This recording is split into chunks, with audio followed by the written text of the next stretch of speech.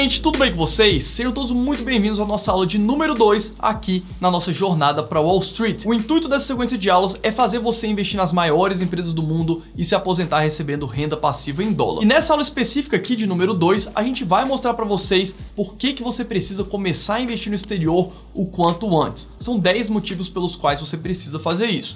E bom, a nossa aula número 1 que a gente fez anteriormente, a gente fala sobre o melhor método de investimentos por longo prazo, um método de acúmulo de patrimônio, geração de renda passiva, que é o Buy and Hold. Se você não assistiu ainda essa aula, eu convido você a pausar aqui, assistir a nossa aula número 1 e depois voltar para a nossa aula número 2. E antes da gente entrar aqui especificamente no computador, hoje eu vou mostrar um pouquinho mais de informações para vocês. Eu queria te lembrar que na próxima aula a gente vai dar todo o passo a passo para você, que ainda não é um dos 300 mil brasileiros que investe lá no exterior, fazer parte desse time. Como fazer o seu primeiro investimento na prática no mercado norte-americano é o que você vai ver na aula de amanhã. E a nossa aula de número 4 é uma aula chamada Enriqueça na Bolsa, o Plano Infalível. Se você pegar o conteúdo da aula 1, da aula 2, da aula 3 e aplicar o que está sendo ensinado na aula 4, o único resultado possível no longo prazo é você viver de renda dos seus investimentos. Não tem como ser diferente, beleza? Então fica aqui comigo até o final, eu tenho certeza que você vai gostar. Bom, pessoal, vamos ver aqui os 10 motivos para você começar a investir no exterior o quanto antes. E o primeiro motivo é porque você vai estar investindo em dólar,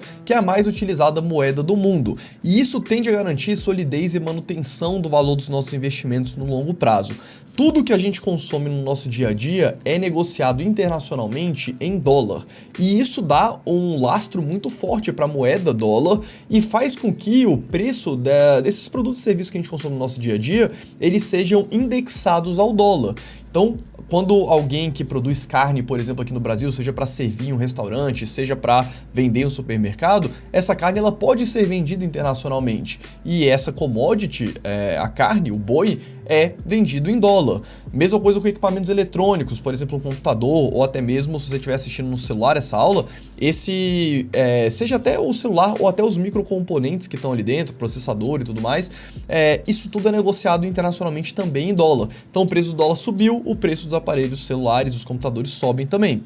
Mesma coisa com o combustível, o barril de petróleo sobe, o preço da gasolina sobe. Lembrando que simplesmente o fato do dólar se valorizar, o barril de petróleo pode até continuar no mesmo preço, mas se o dólar subir, isso vai ficar mais caro pra gente que mora aqui no Brasil, inevitavelmente. E isso vale para praticamente tudo no nosso dia a dia, até mesmo o trigo, por exemplo, né? O trigo é uma commodity negociada internacionalmente em dólar. Passagem de avião também, porque está muito ligado também principalmente ao combustível. Então tudo que a gente consome no nosso dia a dia é lastreado no final do dia em dólar. Então o dólar subiu, a gente acaba perdendo o nosso poder de compra. Então esse aqui é um gráfico que mostra a evolução do preço do dólar em relação ao real, desde o começo do plano real lá em 1994. Lembrando que até 98 mais ou menos o Banco Central ele controlava a taxa de câmbio não era livre igual hoje, e desde 1998 o câmbio passou a ser livre, né? E a gente vê que de lá para cá o dólar saiu de algo próximo de 80 centavos de real, R$1 para 5,58. E por que isso acontece, né? Porque nos últimos 20 anos, a inflação do dólar foi ali aproximadamente 50%, a inflação do real 234%. Pelo menos no momento que eu fiz esse tweet, já tem um bom tempo, tá? E isso fez o câmbio sair de 1,60 mais ou menos, desde quando a gente teve o dólar sendo negociado de forma livre, né? Se a gente voltar aqui, a gente vê que o dólar foi ali para mais ou menos 1,60. Para hoje, algo próximo de 5,40. E enquanto o dólar for mais forte que o real vai perder valor frente ao dólar. No curto prazo, tanto faz, qualquer coisa pode acontecer. Existem outros fatores que impactam o dólar indiretamente. A gente vai falar sobre eles daqui a pouquinho. Mas no longo prazo, quando a gente está falando em construir uma carteira de investimentos que vai te gerar renda, no longo prazo não tem como ser diferente. Enquanto a inflação do real for maior que a inflação do dólar, a gente vai ter o real perdendo valor frente ao dólar. Só pra gente ter uma ideia da magnitude disso, o que a gente comprava lá em 1995 com R$20 no supermercado, hoje a gente compra com R$116.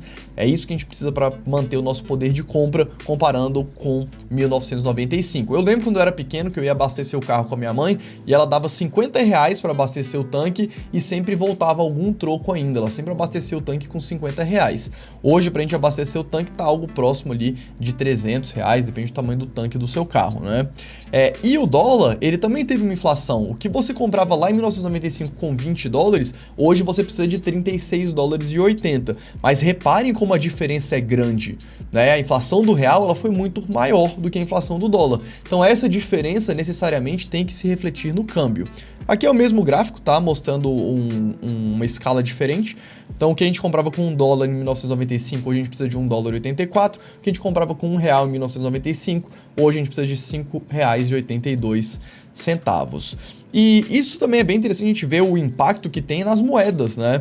Hoje praticamente a gente não usa moedas pequenas, né? Você sai com 5 centavos, você praticamente não acha nada de valor de 5 centavos para conseguir comprar, ou 10 centavos, até 25 centavos, talvez, né? Ali uma balinha, alguma coisa assim. Se você for por exemplo, numa banquinha, numa banca de revista, de jornal. E a gente tem também a nota de R$1, por exemplo, deixando de existir. Quando eu era mais novo, eu lembro que tinha moeda de 1 centavo, e eram até aquelas moedas antigas, né, que eram todas prateadas. Então a moeda de 1 centavo nem existe mais e a nota de R$1 também não existe. Criaram a nota de 2 para substituir a de R$1 e o Banco Central também há algum tempo criou a nota de R$200, né?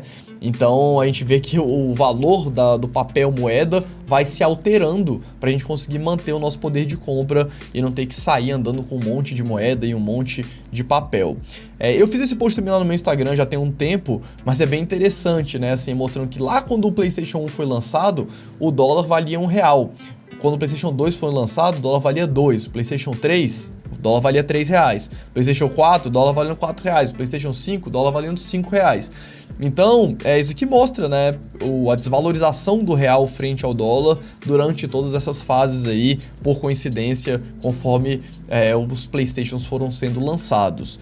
O segundo motivo é porque a economia mais sólida e estável, que basicamente é o maior mercado do mundo, né? Hoje a gente vê que os Estados Unidos representam ali mais ou menos quase 50% de todo o mercado de ações do mundo. Isso aqui é o valor de mercado de todas as ações listadas em cada um desses países. Quando a gente pega ali, por exemplo, França, Alemanha, Suíça, representando ali a Europa, né? A gente tem ali embaixo, por exemplo, o Brasil e o México. O Brasil ali hoje tem mais ou menos 1%, né? Se juntar o valor de mercado de todas as empresas listadas no Brasil, isso dá 1% de todo o valor de mercado de todas as empresas listadas nas bolsas do mundo. A gente vê a China ali com 9%, Japão com 7,7%, Hong Kong com 5,5%, mas os Estados Unidos é o maior mercado do mundo. As maiores empresas do mundo são empresas norte-americanas, que usualmente, né, a empresa costuma abrir o capital no seu país de origem. E também é interessante observar que essas empresas, muitas vezes, elas são empresas multinacionais. Então, é o nosso terceiro motivo. Então, empresas norte-americanas e as maiores, elas costumam ser empresas multinacionais que estão em vários países diferentes. Então investir nos Estados Unidos não significa investir só na economia norte-americana. As informações aqui elas vão só até 2018, quem divulga ela é a Standard & Poor's, eles pararam de divulgar dessa forma desde 2019, mas aqui é só pra gente ter uma referência, tá? Apesar de estar um pouquinho desatualizado, que 42% de toda a receita das 500 maiores empresas do mercado norte-americano lá em 2018 vieram de fora dos Estados Unidos, de países estrangeiros. Então muitas vezes você vê uma empresa como a Coca-Cola, por exemplo, que vende em praticamente todos os países, o McDonald's, por exemplo, são empresas que vendem no mundo inteiro, mas elas são negociadas nos Estados Unidos. Então, não é porque você está investindo lá que a sua exposição vai ser exclusiva ao dólar. Não, vai ser praticamente a todas as moedas do mundo, dependendo de onde que aquela empresa atua. Quando a gente pega as empresas no Brasil, a grande maioria delas tem a sua receita vindo 100% do Brasil. São poucas empresas brasileiras que são multinacionais. Lembrando que esse valor aqui, de 42,9% vindo de receita do exterior dos Estados Unidos, são de todas as empresas do S&P 500. Ou seja, se a gente pegar todas as 500 maiores empresas norte-americanas, 43% praticamente da receita delas veio de fora dos Estados Unidos. Então você vai ter necessariamente uma exposição global. O quarto motivo é porque a gente tem um maior espectro de opções de empresas quando a gente fala em investir nos Estados Unidos. Então, de um lado, a gente tem empresas como a Coca-Cola, Johnson & Johnson, Colgate, que aumentam a distribuição de dividendos por 59 anos consecutivos, ou, no caso, a Pepsi, por exemplo, que aumenta a distribuição de dividendos de forma consecutiva por 49 anos. E a gente tem mais de 60 empresas que entram nessa classificação que a gente chama de aristocratas de dividendos. São empresas que aumentam a distribuição todos os anos por pelo menos 25 anos. E do outro lado a gente tem empresas mais inovadoras, disruptivas, como é o caso de Spotify, que você paga uma mensalidade e você tem acesso a todas as músicas praticamente do planeta no seu celular, ou no computador. E empresas como a Uber, que vieram para revolucionar a forma como a gente se transporta. Empresas como a Square, que tentam inovar na forma de meios de pagamento. Empresas como a Netflix, que apesar de ser uma empresa antiga, a Netflix não é uma empresa nova, é uma empresa que tem no seu DNA disrupção. Porque a Netflix, ela já começou o modelo de negócios dela lá na década de 90, enquanto as empresas, 90 e os anos 2000, enquanto as empresas como a Blockbuster alugavam os seus filmes em fita cassete, VHS, depois o DVD, a Netflix enviava os DVDs para os seus clientes pelos correios. Então ela já tinha uma mentalidade diferente de não ter que ter tantas lojas físicas, e conforme os serviços de streaming foram surgindo, a Netflix já estava totalmente adaptada a não ter aquele tanto de loja aberta e conseguiu fazer essa migração para o streaming de uma forma com bastante maestria, o que gerou um retorno estratosférico para os seus acionistas, Então muitas vezes a gente tem esses dois espectros de investimentos. A gente tem empresas que são muito mais sólidas do que o que a gente tem hoje no Brasil, por exemplo, e a gente tem empresas muito mais inovadoras e disruptivas do que a gente tem aqui hoje. Então a gente aumenta esse espectro para os dois lados. Você pode compor essas empresas na sua carteira da melhor forma possível para o seu perfil de risco e para os seus objetivos. Quinto motivo, é o Real Estate Investment Trust. É um veículo de investimentos que são basicamente empresas também listadas na bolsa que investem majoritariamente em imóveis. Então a gente tem os REITs como uma excelente fonte de investimento e uma fonte de renda para quem quer ter uma alta previsibilidade. O brasileiro, de uma forma geral, sempre gostou historicamente de investir em imóveis, e os REITs nada mais são do que você investir indiretamente em imóveis no maior mercado do mundo, no mercado norte-americano. Então, só como um exemplo aqui, eu trouxe um REIT que é o Rexford, e esse aqui são só alguns dos galpões industriais desse REIT. Ele basicamente tem a maioria dos galpões dele, a maioria dos galpões da Califórnia são propriedade do Rexford, junto com alguns outros REITs que também têm propriedades lá na Califórnia. Então você tem imóveis que são novos, que são de alta tecnologia, Para quem acha que galpão logístico não tem tecnologia, sim, a gente tem tecnologia construtiva principalmente, o que aumenta o vão livre entre os pilares dos galpões, por exemplo, e isso daqui localizado na região da Califórnia, que é uma das maiores regiões portuárias do mundo. Isso aqui tá só para trazer um exemplo específico. A gente vai falar mais sobre REITs na aula 4 aqui da nossa jornada para Wall Street, mas o Rexford, por exemplo, ele trouxe uma valorização de, para cada $10 investidos, se tornaram $72, Suas cotações se valorizaram esse tanto através dos dividendos que foram distribuídos, quanto através da valorização propriamente dita, das ações desse REIT. Então você tem uma previsibilidade de renda passiva associada à valorização das cotas, das ações daquela empresa, e também com a valorização dos imóveis no longo prazo. E só trazendo um exemplo, dos REITs industriais, como o caso do Rexford, mas a gente tem os REITs de apartamentos, os REITs de casas, que a gente chama de Single Family Rentals, Manufactured Housing, que são as casas pré-fabricadas, os REITs de Data Center, que são aqueles REITs onde eles hospedam os computadores, Se você está vendo essa aula está em algum servidor do Google, o YouTube é do Google, e você está acessando isso através de algum data center. Os REITs de Net Lease, que são os REITs de propriedades comerciais, que são alugadas para empresas como Walgreens, Starbucks, CVS, McDonald's. Os REITs industriais que a gente acabou de mencionar, a gente também tem os galpões logísticos dentro de industrial, os REITs de self-storage. Aqui no Brasil a gente não tem self-storage, mas lá nos Estados Unidos é muito comum. Uma em cada 10 famílias possui um imóvel desse tipo alugado, que é um galpão onde você aluga para guardar os seus pertences pessoais que não cabem ali na sua casa. Às vezes você se mudou de uma casa para um apartamento, você guarda a sua mobília lá dentro, ou simplesmente você não tem mais espaço na sua casa para guardar alguns pertences, você aluga um galpãozinho pessoal, e aí tem de vários tamanhos, né? Enfim, a gente tem os REITs de hotelaria, que são REITs que são proprietários de redes de hotéis, os REITs de plantação de eucalipto, que são proprietários de várias fazendas onde se planta eucalipto. Esse eucalipto é vendido principalmente lá nos Estados Unidos para ser utilizado na indústria de real estate, de construção de casas, de construção de imóveis. O setor de saúde, que a gente chama de healthcare, que a gente tem desde hospitais, centros clínicos, até o que a gente chama de senior housing, que são apartamentos que são alugados especificamente para idosos, muitas vezes precisam ter um cuidado adicional, esse tipo de inquilino, né? Então a gente tem REITs que são especializados nisso. A gente tem os REITs de billboards, que são de outdoors, né? Tanto outdoors elétricos, eletrônicos, quanto outdoors analógicos, né? Que tem só a imagem. A gente tem os REITs de shopping center. A gente vai falar um pouquinho mais sobre eles na aula número 4. Mas aqui é só para você ter uma ideia geral do que a gente tem disponível acessando Wall Street, acessando o maior mercado do mundo. Sexto motivo aqui é o viés geográfico. O viés geográfico nada mais é do que a gente parar para se perguntar, e voltando de novo para essa imagem, né?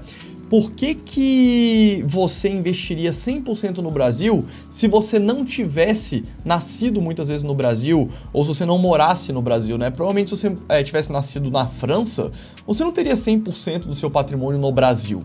Então, a gente ter uma sobrealocação no país de origem é o que a gente chama de viés geográfico. É uma forma como você se comporta, e a gente se comporta de uma forma geral, que não é uma forma lógica, mas é uma forma que é confortável pra gente, né? As coisas estão aqui perto, você consegue ver. Mas tirando isso, não existe nenhum motivo para você não ter uma parcela relevante do seu patrimônio fora do Brasil. Sem contar que muitos de vocês que estão escutando aqui, vocês provavelmente moram no Brasil, vocês têm uma renda em reais, né? Então, além do seu patrimônio estar aqui, a sua renda ainda está aqui. Então, ter 100% do patrimônio no seu país de origem é uma coisa que não faz sentido. Redução do risco sistemático. Quando a gente fala de uma carteira de investimentos, a gente tem dois tipos de risco. O risco sistemático, que é aquele risco que pertence ao sistema onde aquela empresa está envolvida, e a gente tem o que a gente chama de risco não sistemático, que é todo aquele risco que está da porta para dentro da empresa. Como assim, Fábio? O risco sistemático é todo aquele risco que impacta indiretamente todas as empresas que estão listadas na bolsa. Então, por exemplo, o risco legal ou risco jurídico, ou seja, incertezas legais, incertezas jurídicas, alteração de legislação referente às empresas que são listadas na bolsa, por exemplo, o aumento da taxação sobre investimentos em bolsa ou a redução da taxação dos investimentos em bolsa, todos esses fatores alteram todos os investimentos em bolsa, independente da empresa que você investe. As taxas de juros, por exemplo, se o Banco Central sobe as taxas de juros, para todas as empresas começa a ficar mais caro se captar. O câmbio, por exemplo, impacta o custo também das empresas e praticamente de todas elas, né, de forma direta e indireta. Então, todos esses fatores que alteram a empresa, que aumentam ou diminuem o risco daquela empresa, mas que não dependem dela, é o que a gente chama de risco sistemático, é um risco do sistema, que impacta todas as empresas. Por que é importante fazer essa distinção? Porque o risco não sistemático, que é aquele risco específico daquela empresa, que são todas as dificuldades que ela tem para se manter, todos os riscos e incertezas que estão da porta para dentro, que tem a ver com o segmento onde ela está inserida, por exemplo, que tem a ver com o modelo de negócios da empresa, dela conseguir concretizar aquilo ali ou não, todo esse risco que está da porta para dentro, ele pode ser mitigado, ele pode ser reduzido na sua carteira de investimentos quando você diversifica. Tanto que esse risco, a gente chama ele de risco diversificável. Esse gráfico aqui mostra o risco total de uma carteira de investimentos e conforme você vai aumentando o número de ativos na sua carteira, menor é o risco total da sua carteira. Por quê? Porque aquele risco específico, o risco não sistemático, ele é diversificável. Conforme você vai incluindo ações de setores diferentes, de segmentos diferentes, de perfis diferentes, o risco total da sua carteira vai reduzindo. Ao passo que não importa o tanto que você diversifique, sempre vai ter um risco ainda de fundo, né? Um risco sistemático que vai impactar todas aquelas empresas.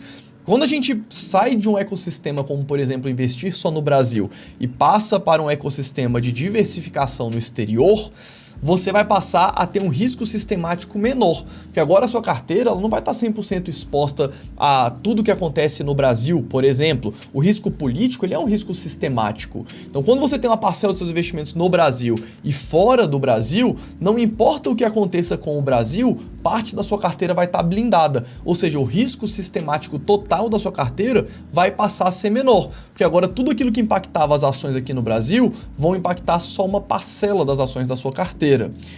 E quando você investe no exterior, o que acontece lá fora impacta a parte lá de fora da carteira. Então o risco total da sua carteira vai ser reduzido. Bom, o oitavo motivo, é um motivo muito interessante, é porque o dólar, ele é um ativo, né, uma moeda anticrises. Como assim, Fábio? O dólar, ele... Você já deve ter reparado, né, que normalmente em momentos de crise, o dólar aumenta, o dólar sobe, porque investidores não só do Brasil, mas do mundo inteiro buscam a solidez da economia norte-americana, a segurança jurídica da economia norte-americana e até uma estabilidade política maior da economia americana do que dos seus países de origem. Então, eu peguei aqui alguns exemplos, tá? Mesmo gráfico aqui da cotação do dólar e do real desde 1994 até hoje, e o primeiro círculo que eu fiz ali de vermelho foi exatamente logo depois da eleição do Lula. Quando o Lula ganhou as eleições em 2002, o dólar disparou de R$2 para R$4, subiu 100% em poucos meses, porque existia uma incerteza grande relacionada àquele novo governo que estava entrando em vigor.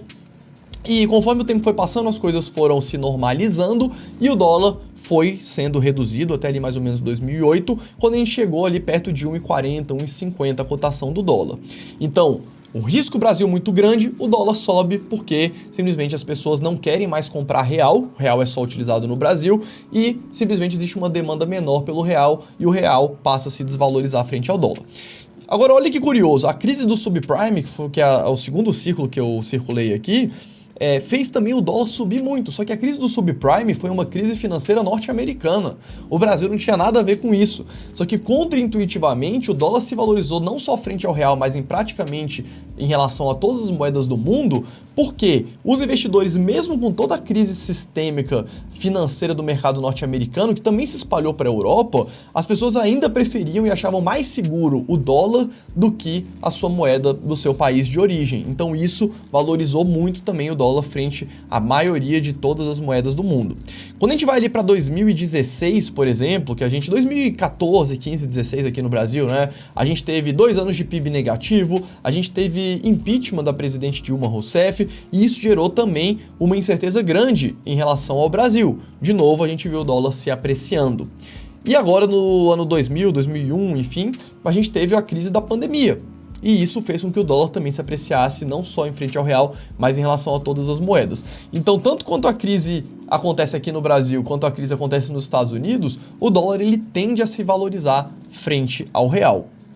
Nono motivo é porque a bolsa americana ela é descorrelacionada com o real. Isso é muito importante, isso tem tudo a ver com aquela questão da diversificação e do risco sistêmico que a gente falou logo ali anteriormente no ponto 7. Pegando aqui as setinhas do lado esquerdo, né? Quando a gente tem o dólar se apreciando frente ao real, dentro de um dia, por exemplo, a bolsa americana costuma subir e a bolsa brasileira costuma cair. É isso que a gente costuma ver, não é sempre verdade, mas se você for pegar dentro de um dia, toda vez que você vê que a bolsa brasileira está caindo, normalmente a bolsa americana está subindo e o dólar também está subindo. E o contrário também é verdade, né? Quando o dólar cai, a bolsa americana tende a cair e a bolsa brasileira tende a subir. Isso dentro de um dia tem muito a ver com o fluxo de recursos entre os dois países, e a correlação que esses ativos possuem no final do dia. Quando a gente olha desde 1990, né, da década de 90 até, isso aqui tá desde 94, tá, esse gráfico, até hoje, a gente vê que o S&P 500, ele trouxe um retorno muito mais comportado frente ao Ibovespa, que a gente está vendo aqui de verde. Então, de azul, o índice das 500 maiores empresas dos Estados Unidos, e de verde o Ibovespa, que é o índice das maiores empresas aqui do Brasil. Bom, a gente vê que existe uma certa correlação, né? Ali de 1990 até o ano de 2000, a gente viu que as duas bolsas subiram, de 2000 até 2003 as duas bolsas caíram, Estados Unidos sempre com menos volatilidade. Dos anos 2003 até 2008 as bolsas subiram, depois a crise do subprime as bolsas caíram junto, mas em alguns momentos, né, como por exemplo de 2008, 2009 até 2015, a gente viu a bolsa brasileira caindo e a bolsa americana se valorizando, e isso agrega muito valor para uma carteira de investimentos para o longo prazo. Você tem os movimentos, eles de uma forma geral até se anulando, mas no longo prazo a gente tem eles se complementando quando você investe, né, e se expõe a esses dois mercados. E bom, o 10º motivo é porque há 200 anos a bolsa americana ela só tem uma direção, que é para cima. Então, quando a gente pega esse gráfico aqui, que é muito interessante, do livro Investindo em Ações por Longo Prazo, do Jeremy Siegel, é um livro que mudou a minha filosofia de investimentos. Eu tive sorte de conhecer esse livro logo quando eu comecei a investir, e esse livro ele mostra esse gráfico onde ele pega o retorno da bolsa norte-americana nos últimos 200 anos, né, desde 1802. E esse gráfico aqui, ele mostra o retorno de vários ativos diferentes, já ajustado pela inflação. Então isso daqui já é um retorno real acima da inflação. De 1802 até 2014, que é até onde esse gráfico vai, a gente viu $1 investido na bolsa norte-americana virando 704 mil dólares. E de 2014 para cá a bolsa dobrou de tamanho, né? Então seria mais ou menos $1 investido em 1802, teriam virado um pouquinho mais de $1.400.000. Quando a gente pega os títulos públicos norte-americanos, a gente vê que desde ali de mais ou menos a década de 30, os bonds, que são os títulos mais longos, e os bills, que são os títulos mais curtos de vencimento, eles trouxeram um retorno praticamente lateralizado, né, nesse período. E, bom, o ouro ele praticamente andou mantendo o seu valor desde 1800, né, até a década de 70 nos Estados Unidos, foi quando os Estados Unidos parou de utilizar o padrão ouro, e de lá para cá, né, desde ali da década de 70 até hoje, o dólar teve um comportamento bastante oscilante, né? Mas a gente vê que nos últimos 200 anos o ouro ele praticamente manteve o seu poder de compra, né? Ele preservou o valor. E é por isso que muita gente fala que o ouro ele é uma reserva de valor, né? Tanto o ouro físico quanto o ouro ativo financeiro. E o dólar, segurar o dólar foi a pior decisão, porque o dólar simplesmente foi desgastado pela inflação nesses últimos 200 anos. E principalmente, né, desde a década de 70 para cá, a partir do qual o dólar deixou de ser lastreado no ouro.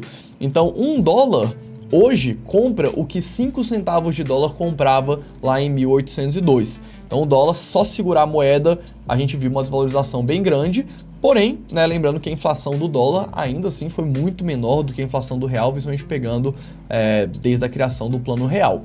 Então, quando a gente investe por longo prazo, a gente precisa investir na bolsa de valores, em ativos reais, para a gente conseguir manter o nosso poder de compra. E quando eu falo bolsa de valores e ativos reais, existem outros ativos reais fora da bolsa. Por exemplo, um imóvel é um ativo real, um terreno é um ativo real. Só que a bolsa de valores te permite ter uma diversificação nessa classe de ativos muito maior do que você conseguiria investindo na pessoa física, porque normalmente imóveis são ativos caros, né? E, por exemplo, comprando uma ação do Rexford ali por $70, por exemplo, você consegue ter uma exposição a dezenas de galpões industriais. Enquanto que você, para comprar só um terreno onde caiba um galpão, vão com certeza algumas centenas de milhares de reais. Então existem ativos reais fora da bolsa, mas a bolsa é a forma mais prática e simples para você investir na mesma condição de todos os investidores nos maiores ativos do mundo. E quando começar a investir no exterior? Fábio, qual que é a hora perfeita para começar a investir no exterior? Bom, esperar o dólar cair. Fábio, meu Deus, no momento que eu tô vendo essa aula aqui, o dólar tá subindo muito. Fábio, o dólar tá caindo, eu espero cair mais. Conforme eu falei pra vocês, a ideia dessas aulas aqui é ser um conteúdo totalmente atemporal, tá? Então, independente do que tá acontecendo com o dólar, o receio do investidor não residente americano não é o dólar cair. O seu receio não pode ser, eu vou investir lá e o dólar vai se desvalorizar, porque no longo prazo, a gente já viu, em períodos longos, o dólar tende sempre a se apreciar frente ao real, períodos de 5, 10, 20 anos. No curto prazo, qualquer coisa pode acontecer, mas o risco do investidor que não mora nos Estados Unidos, que não ganha em dólar, é aquele do primeiro motivo que a gente viu. É a sua renda, o seu salário está sempre em reais e o custo de tudo que a gente consome no nosso dia a dia, na cesta de produtos e serviços, ser correlacionado com o dólar. Então, se o dólar sobe, você naturalmente perde o seu poder de compra. Então o receio tem que ser o dólar subir e não o dólar cair.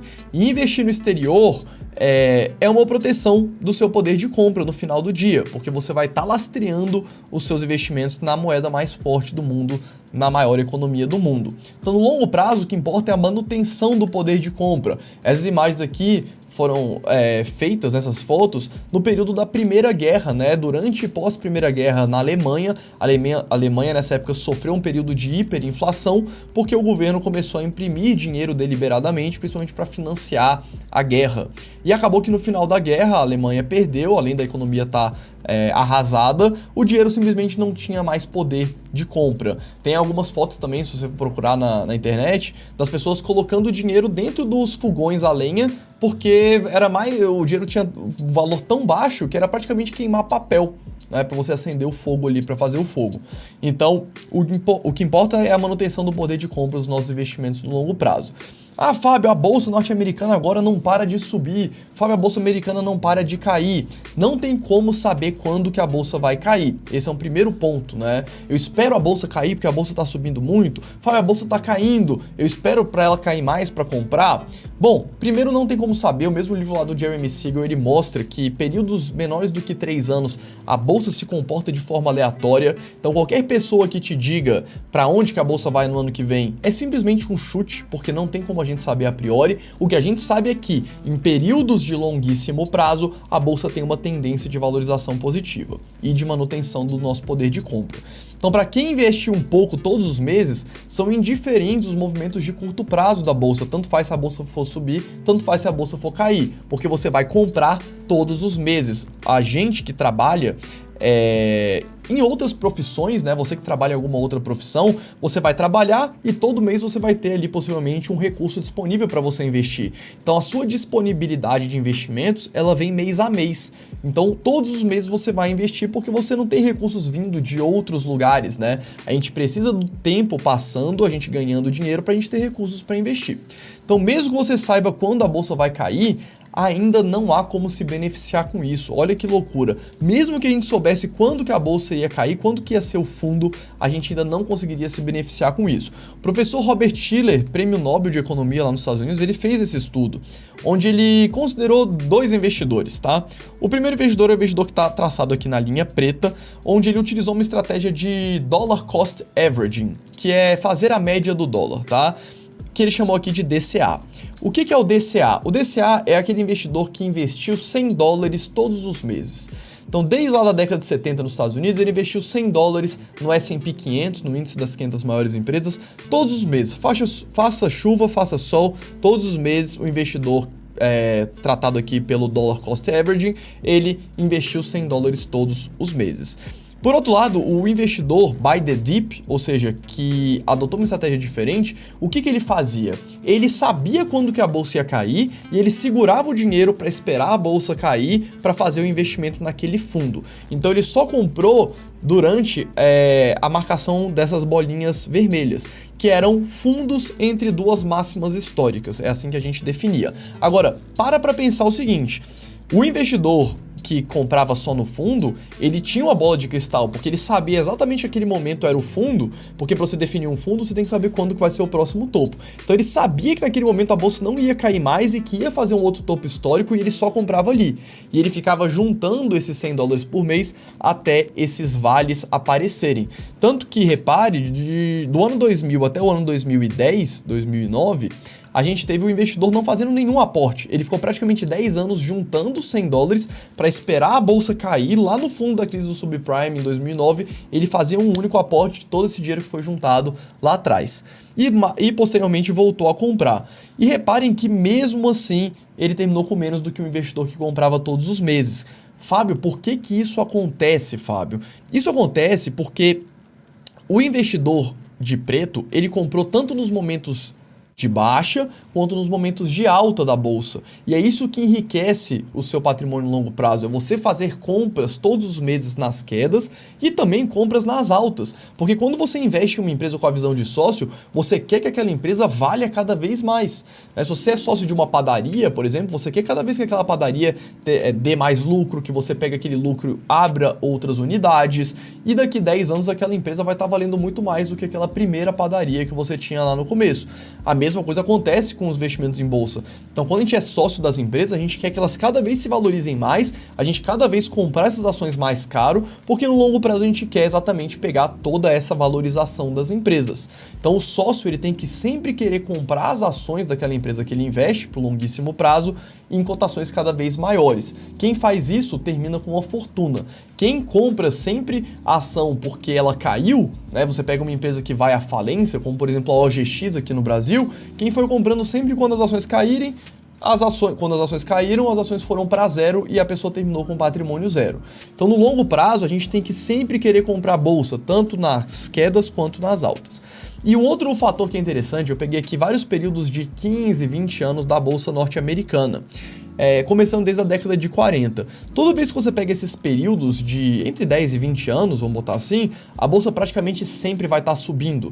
Então, se você tivesse olhado para a bolsa lá na década de 60, você ia provavelmente ter falado, nossa, a bolsa saiu ali de 10 pontos na década de 40 para 60 pontos, né? Então uma alta de 6 vezes, eu acho melhor eu ficar fora. Só que da década de 60 até a década de 80, a bolsa saiu de 60 pontos para quase 140 pontos, 130 pontos, né? Mais do que dobrou. E aí da década de 80 até a década, né? Você poderia ter pensado ali na década de 80, não, pera aí, a bolsa já subiu demais. Aí você foi da década de 80 até os anos 2000, a bolsa saiu de 100 pontos e foi para 1.100 pontos. Aí você fala assim, nossa, pera aí, imagina você pensando lá nos anos 2000, pera aí, a bolsa já subiu demais, não vou comprar, não tem por que investir. Aí você ficou de fora, só que dos anos 2000, começo da década, finalzinho da década de 90, a bolsa também se valorizou muito até 2014. Então, olhando lá em 2014 para trás, você fala, nossa, peraí, a bolsa tá subindo demais, não vou comprar, não tá na hora. E aí, de 2014 para 2021, 2022, né, quando eu gravo essa aula, a bolsa praticamente quadruplicou, né, multiplicou ali por 4 vezes. 2 vezes mais ou menos, né? Saiu dos 2.000 pontos para 4.500 ou até mesmo ali de 1.000 pontos para 4.500, né? Se pegar alguns anos antes. Então, assim, praticamente sempre quando você está olhando para a bolsa, ela está se valorizando, porque é exatamente isso que acontece. No longo prazo, a bolsa se valoriza. E há 200 anos, a bolsa norte-americana só tem uma direção, que é para cima. E bom, pessoal, para a gente encerrar aqui a nossa segunda aula, lembrando que amanhã e depois de amanhã tem muito mais conteúdo, eu queria deixar vocês com alguns feedbacks de alguns dos meus alunos que já investem no exterior, já estão nesse processo de acúmulo de patrimônio por longo prazo para viver de renda dos investimentos e que possuem profissões diferentes, níveis de formação diferentes e também idades diferentes. Isso para mostrar que a Bolsa de Valores norte-americana é para absolutamente todo mundo e que você também pode fazer parte disso. Então é isso. Um abraço e a gente se vê nas próximas aulas. Fala pessoal, meu nome é Edgar Felipe, sou empresário, moro em Fortaleza, Ceará.